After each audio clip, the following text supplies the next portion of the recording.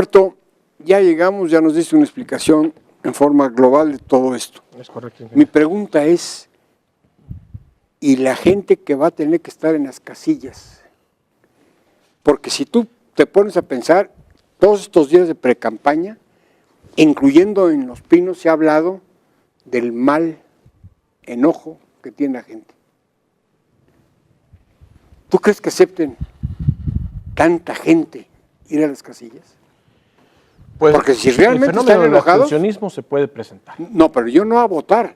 De los que sean funcionarios de De los que casilla, sean en funcionarios. las 154 Está, mil. de las 156,000 casillas electorales que habrán de Fíjate instalarse, nomás. 1,400,000 ciudadanos mexicanos habrán de ser convocados para que integren y sean funcionarios ante las mesas directivas de casilla que instale el Instituto Nacional Electoral y los organismos electorales locales.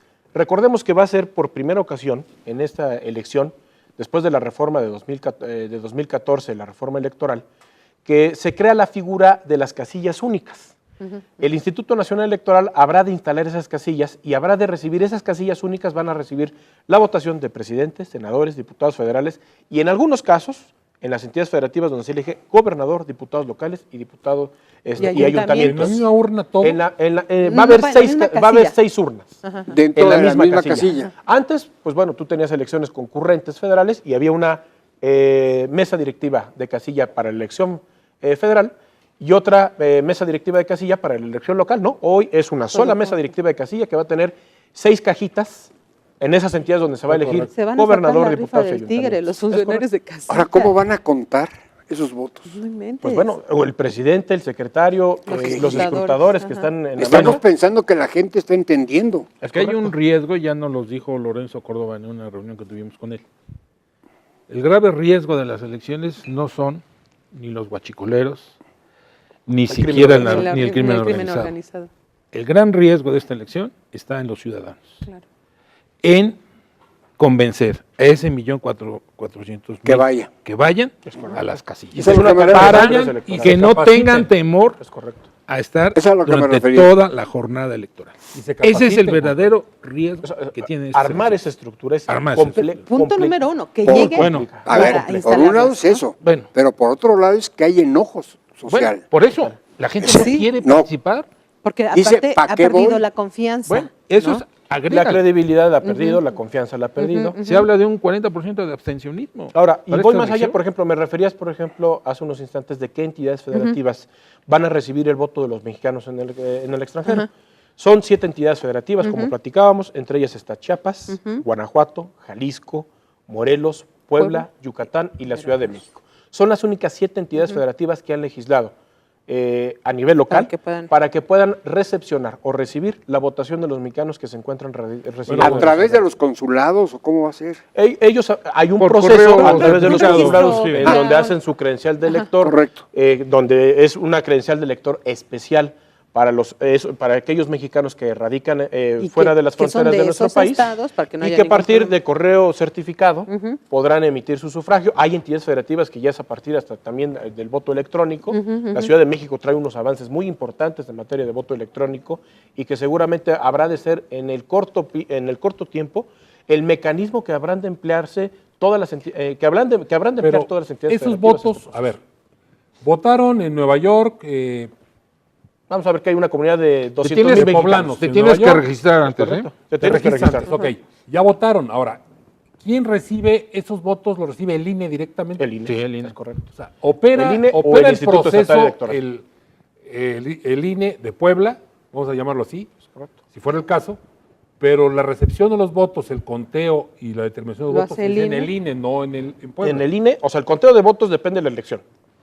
Para elecciones federales son los consejos distritales, los consejos y los consejos locales del Instituto Nacional Electoral. ¿En el ámbito federal también se puede el voto en el extranjero? Sí, en el ámbito federal sí, también para existe presidente de la República. Y para el caso de las elecciones para ayuntamientos, los OPLES, podemos aquí hablar de los institutos electorales estatales o estatales electorales, los organismos públicos locales electorales, así se denominan en la legislación electoral, pues ellos, estas 7 entidades federativas, tienen su mecanismo y su proceso para recepcionar el voto de los mexicanos. De todos modos se va a dar el voto en el extranjero de las 31 entidades y la Ciudad de México. Es correcto.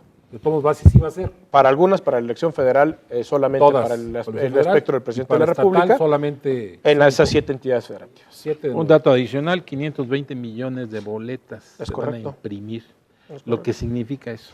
Y lo que además, significa cómo los vas a contar. Bueno, primero que además hay un tiempo. Bueno, y otro dato importante, o sea, 12 mil millones de pesos van a recibir los partidos políticos, 9, en estas elecciones.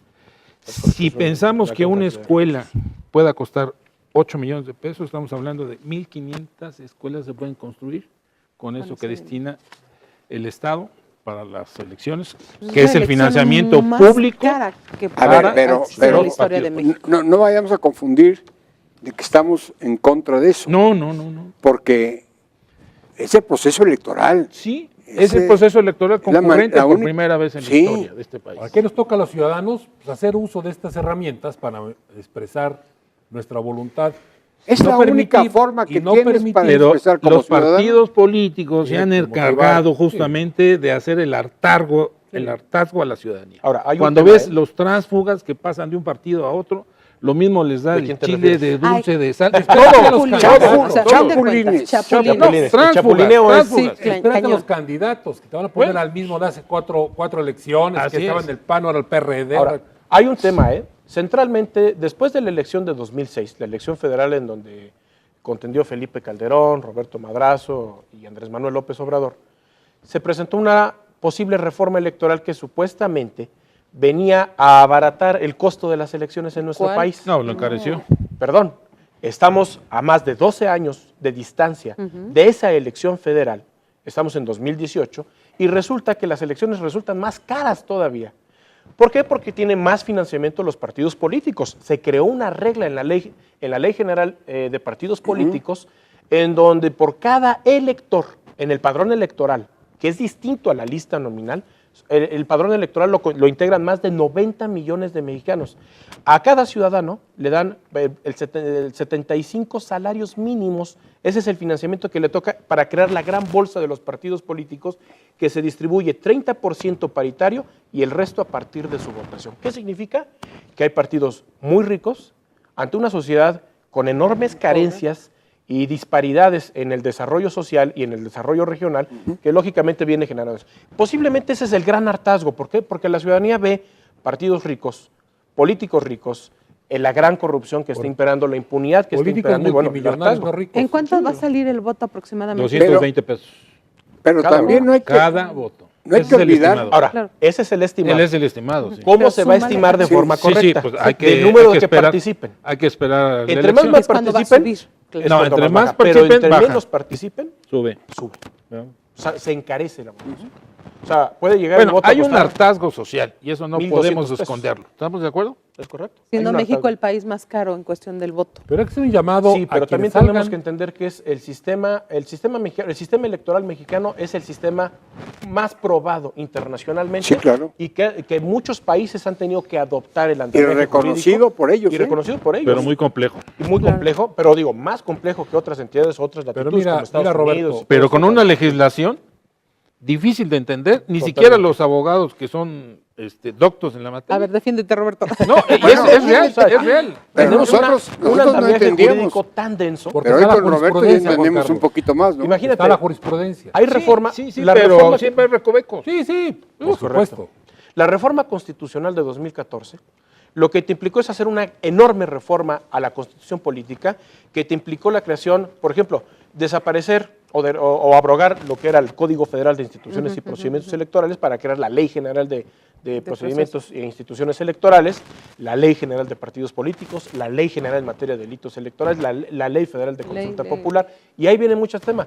Pero le dejan, dentro de esa reforma constitucional, facultades al Instituto Nacional Electoral para legislar sobre temas que no contemple la norma electoral. Por ejemplo, Internet. Acuerdo, es correcto. Uno de ellos. No está regulado. Y después aún, le dejan 3 facultades al Instituto Nacional Electoral para poder atraer, para poder asumir y delegar funciones sobre las autoridades electorales locales. ¿Qué significa? Que bueno, el Instituto Nacional Electoral crearon un órgano rector nacional de las elecciones sobre los órganos públicos locales electorales y que existen disparidad de normatividades. Si tú te pones a analizar entidad por entidad lo que regula cada una de las legislaciones locales en materia electoral y lo que legisla el Instituto Nacional Electoral, porque le dejan esas facultades, totalmente existe una disparidad, bueno, por ejemplo, en tiempos y fechas y plazos. Además, Roberto, ¿para qué sirve si finalmente te vas al tribunal y se electoral ahí estatal los procesos electorales, y luego te vas al tribunal federal electoral? ¿Qué es lo que va a pasar? ¿Qué es lo que va a pasar? Pero es un andamiaje político, electoral, jurídico terrible. Lo ideal, Juan Carlos, es que digamos y aceptemos cuando gana o pierde alguien. Ahora, bueno, esa es la democracia. También te voy a decir algo. La burocracia electoral mantiene a muchos mexicanos en el país. A ver, ¿tienes el estimado de cuántas personas? Entre ellos al candidato. Hay temporales y permanentes. Entre los que han tenido 18 años a López Obrador. Bueno, vamos a hacer una pausa y si te parece regresamos a ver cómo va a estar, por ejemplo, conformado el Senado. ¿Cómo es que se va a elegir? ¿Cómo están todas estas partes? Vamos a los nombres. Vamos primero para que la gente vaya entendiendo. Vamos a hacer una pausa. Recuerda, estamos en su mesa de diálogo y análisis de Vista Bueno Televisión. Regresamos.